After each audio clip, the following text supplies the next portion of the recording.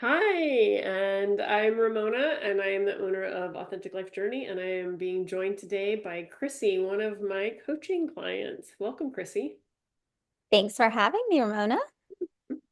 Thank you for choosing to join me and share some perspective on your experience with me as your coach through mindfulness and energy, and I'm really excited to hear from you your experience. And I love having watched your journey because I've seen you go from one end of the spectrum to the other end of the spectrum, back to the middle. Like we have a balancing act that we work with, but it's so inspiring to see someone be able to awaken, and that was what I experienced with you. And I would love to hear more from you about what you experienced through that process with me. So I'm going to start by asking you to introduce yourself. And then start with what problem or challenges were you facing prior to coaching that brought you to this work, and what did you want to achieve? Yeah, so my name is Chrissy. I live in Central Florida. I work in the healthcare industry and I have a 14-year-old daughter. And I am currently divorced and dating. Um, but when I first saw Ramona out, well, actually, I met her very serendipitously. I went to a sound healing that she was having at my current yoga studio, and we started chatting afterwards. I was very affected and impacted in a great way by the sound healing. And I asked her if she took coaching clients. And a couple days later, we had a discovery call, and things just kind of flew from there. My biggest kind of complaint or thing that I was struggling with at the time was I felt completely stuck and suffocating in the life that I had created and the life that I was living. I had a very hard time finding joy and balance. There was a lot of burnout, a lot of overwhelm. I'm a workaholic by nature. So as Ramona alluded to, we always have some balancing issues that we deal with. But I think for me, really the biggest thing that I wanted to achieve when I started working with Ramona was I wanted to feel good. I wanted to not feel like the weight of the world was on my shoulders. Yeah. And do you feel like you met that desire? I do. I do. I definitely, processed and got through, got all of that weight off my shoulders. And also, learned a lot of tools and techniques that better equipped me to handle everything that has transpired in my life since that moment, Mm. which there have been some doozies, but things that would have normally knocked me on my butt. Um, I've been able to actually, you know, go through and feel and process instead of avoid, which is what I did before. Yeah, so that was where I was heading next. So during our coaching together, what did you learn, and what have you found most valuable out of what you learned with me? Well, I've learned that you love to make me cry because I hate to cry. First thing I told Ramona when I came in to see her, I was like, I don't cry. I don't do crying. Crying is weak. Well, that was not acceptable. So now I cry pretty much any time I'm around you. And I think the biggest thing for me is to know that I need to feel that feeling is healthy and that you can't feel it. You can't heal it until you feel it. Yeah. And to not stuff down my feelings and hope that they'll go away because they compound upon one another. And then I end up just immobilized. Yeah, so I'd love to hear a little bit more about the how with that awareness that you had, and the crying piece. So for you, like you said, you thought you felt very much so like that was a weakness, and a lot of our conversations were around like that's actually you processing, that you allowing yourself to um, really open your heart to what you need, right? So can you talk to that a little bit? Yeah, I mean, in hindsight, the whole crying thing was a limiting belief that I was raised with. I Mm. was raised in an environment where you had to put on the face, play the part. My father was a pastor, so I was a preacher's kid. It was very important the way that I presented myself, the way that I behaved. And my role model was really my mother. I didn't have sisters. I have a younger brother, and she was very much never show emotion. Crying is weakness. You must hold it together at all times. You can fall apart behind closed doors, but you have to put the face on.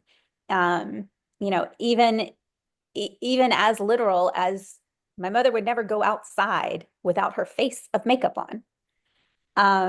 Wouldn't go to the grocery store, wouldn't do anything.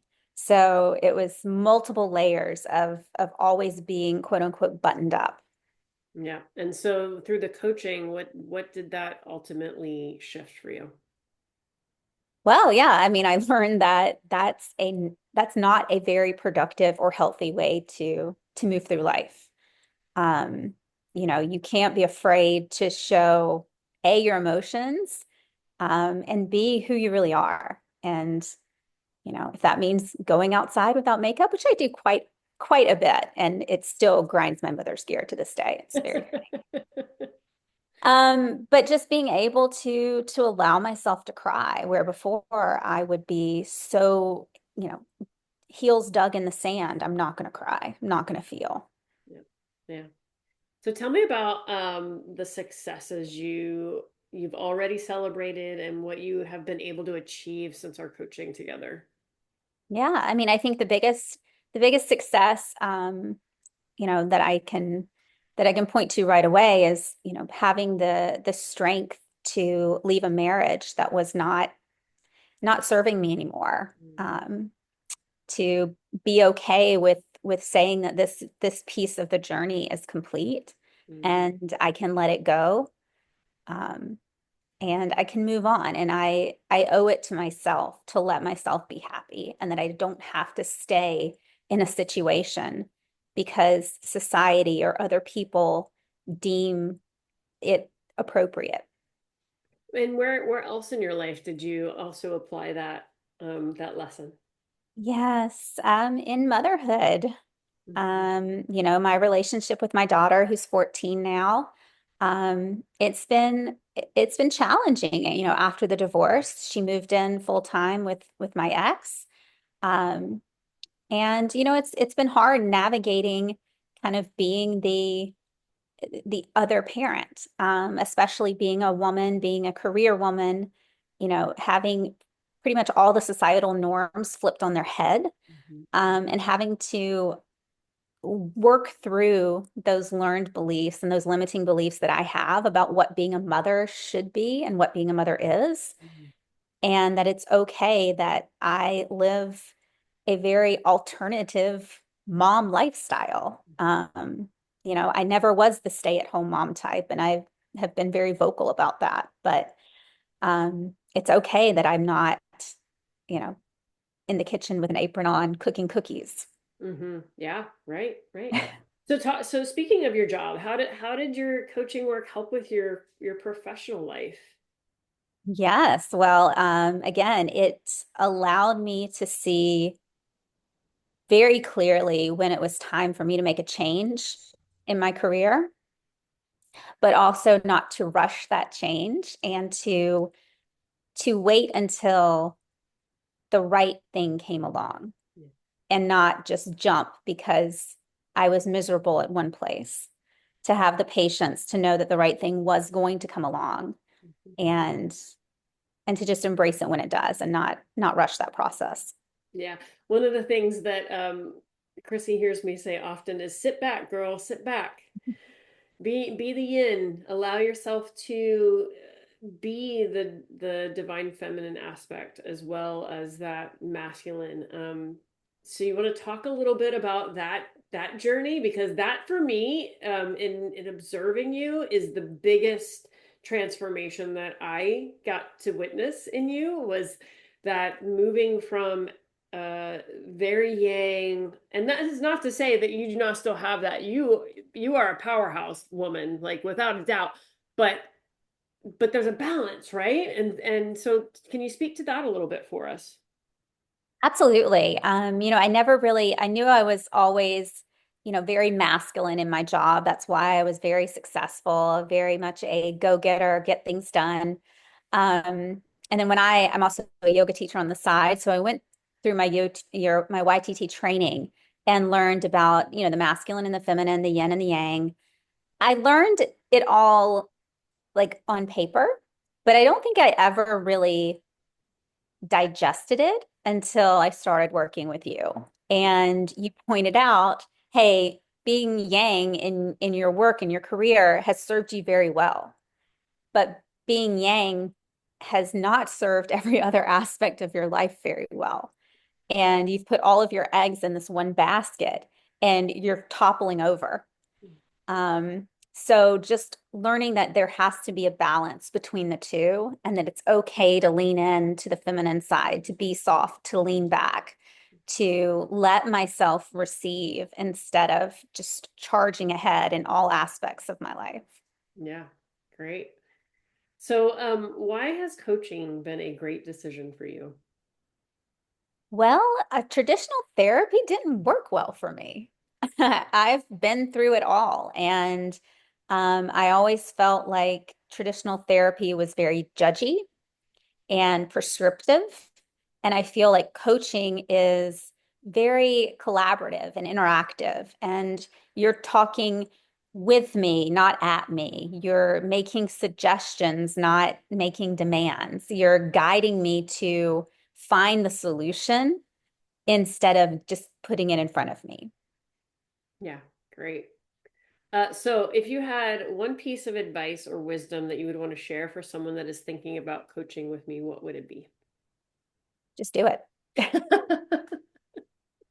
Don't hesitate. Just, give it a try and but allow yourself to be open to the process and open to accepting that it's a journey and it's not going to be easy. Nothing easy is ever really worth it. And you're going to be uncomfortable, but that's how you know that you're changing and things are working. Yeah, awesome. Thank you. Well, I just for closing here, I am so grateful that I have had the time to work with you and alongside of you and to support you um and yes, you worked with me through coaching. You also worked with me through a retreat. I just want to get one little bit of information from you out of the retreat because for me that was a turning point. Yes. I almost blocked that out. But no, I did go to your retreat in Puerto Rico, and it was extremely, life altering. I think for the first time, I allowed myself to be truly vulnerable, not just in the physical, but also the emotional realm. And I was able to really open up to a group of women that I didn't know on a much deeper level than I traditionally interact with people. Everything's very surface driven. But this we were able to be vulnerable and to be authentic and to share our truths and share our struggles um, in a way that felt very comforting. Mm. Yeah. Yeah. Yeah, so it's been such a beautiful a journey with you and I am honestly excited to see what's coming next because I know you have some really amazing cool things that are happening in your life right now and I have sat by you while you were manifesting yourself to the spot that you're at right now and it's so like and at the same time it's still sit back just allow it to come to you and so I love that I love to see you you know 2.5 years later where you're at now compared to where we began and yeah I'm just grateful so with that I will close our time here together but thank you for joining me and sharing your experience and The light in me honors the light in you. Namaste, my friend. Namaste, my friend.